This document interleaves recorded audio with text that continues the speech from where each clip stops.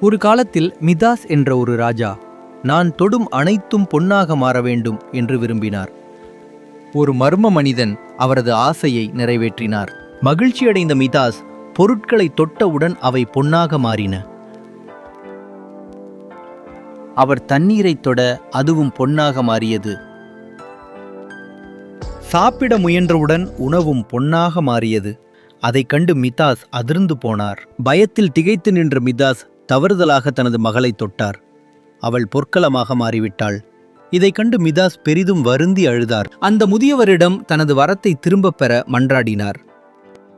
அவரும் ராஜாவுக்கு பாடம் புரிந்தது என உணர்ந்து வரத்தை திரும்பப் பெற்றார்.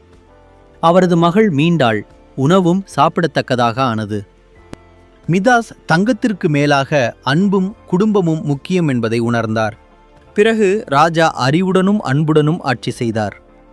நீதி. பேராசை தீங்கு தரும். உண்மையான செல்வம் அன்பிலும் குடும்பத்திலும் இருக்கிறது.